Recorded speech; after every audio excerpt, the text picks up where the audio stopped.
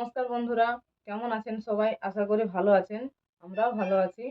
তো আগামী কালকে হচ্ছে নীল পূজা। তো নীল পূজার আগের দিন আমাদের একটা ব্রত থাকে। আর কিছু বিশেষ মিষ্টান্ন, কিছু বিশেষ ফল আর বিশেষ ফুল দিয়ে আজকের এই পূজাটা আমাদের সম্পন্ন করা হয়।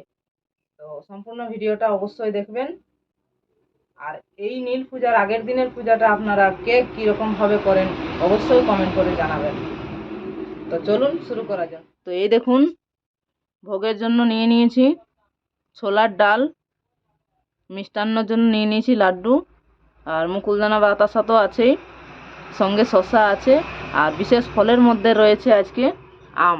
তো আজকের পূজাটা আমরা সম্পন্ন করি আম দিয়ে। তো তাই আম আর এই ছোলার ডাল, আজকের দিনের পূজাটাতে কিন্তু এই ছোলার ডালই লাগে, আর এই কাঁচা আম। ফুলের মধ্যে নিয়ে নিয়েছি দেখুন সব কিছু, জবা ফুল, বেল ফুল, এমনি লাল ফুল, সাদা ফুল সব কিছুই নিয়ে নিয়েছি। আর তার মধ্যে বিশেষ ফুল রয়েছে আজকে গুলাজ ফুল। এই যে গুলাজ ফুল, আজকে এই গুলাজ ফুল এই পূজায় লাগে, এটাই হলো বিশেষ।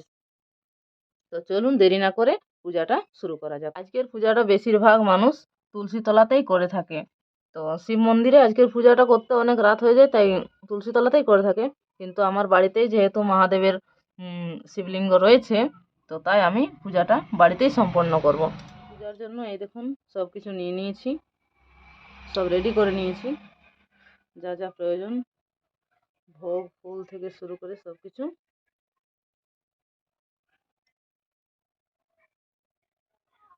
এবারে পূজা শুরু করব, চলুন। ওম নমঃ শিবায়, ওম নমঃ শিবায়, ওম নমঃ শিবায়, নমঃ শিবায়, ওম নমঃ শিবায়, ওম নমঃ শিবায়। প্রথমে গঙ্গা জল দিয়ে ভালো করে মহাদেবকে স্নান করিয়ে নিলাম। তারপরে গঙ্গা জলে থাকা বেলপাতা শিবের মাথায় এক এক করে দিয়ে দিলাম। স্নান করানো হয়ে গেলে চন্দন বেটে তিলক দিয়ে দিলাম। ফুলের মধ্যেও ভালো করে চন্দন ছিটিয়ে নিলাম। তারপরে শিবলিঙ্গের আগে যেখানে পুজোটা পাতবো সেখানে ভালো করে 3 লাইন সিঁদুর দিয়ে দিলাম। সেই সিঁদুরের উপরে মহাদেবের মন্ত্র জাপ করে 3 বার আলো চাল দিয়ে দিলাম। তার উপরে এক এক করে আতপ চাল দেওয়া হয়ে গেলে মহাদেবের মন্ত্র জাপ করে এক এক করে বেল ফুল দিয়ে, তারপরে গুলাস ফুল দিয়ে পুজোটা সম্পন্ন করলাম। পুজো হয়ে গেলে আবার সকল পুষ্প একসঙ্গে নিয়ে 3 বার মহাদেবের মন্ত্র জাপ করে পুষ্পাঞ্জলি দিয়ে দিলাম।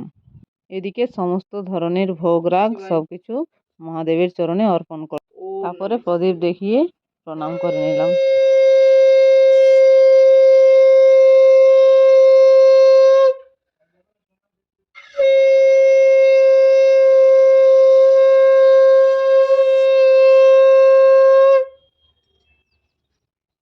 এইভাবে আমি আমাদের আজকের আমফলার ব্রত সম্পন্ন করলাম। সমস্ত ভোগ একসঙ্গে মিলিয়ে সকল ছেলেদেরকে দিয়ে দিলাম।